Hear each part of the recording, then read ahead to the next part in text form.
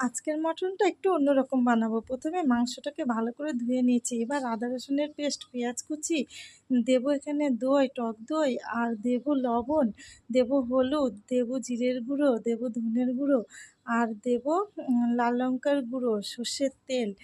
এবার এটাকে ভালো করে মেখে নেবো। মেখে এটাকে কিছুটা সময় রেখে দেবো। আর এদিকে একটা মশলা রেডি করে নেবো। আলুটা ভেজে নেবো। এবার সর্ষের তেলের মধ্যে গোটা জিরে, গোটা উম লঙ্কা আর গোটা গরম মশলা দিয়ে মাংসটাকে দিয়ে ভালো করে কষিয়ে নেব।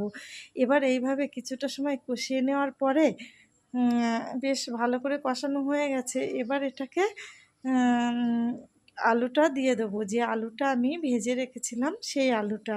এটা দেওয়ার পরে ভালো করে একটু কষিয়ে নেব। এবার এটাকে কুকারে দিয়ে সামান্য একটু পরিমাণ মতন জল দিয়ে এটাকে ৩ টে সিটি দিয়ে নেব। তো রেডি হয়ে গেল মটন।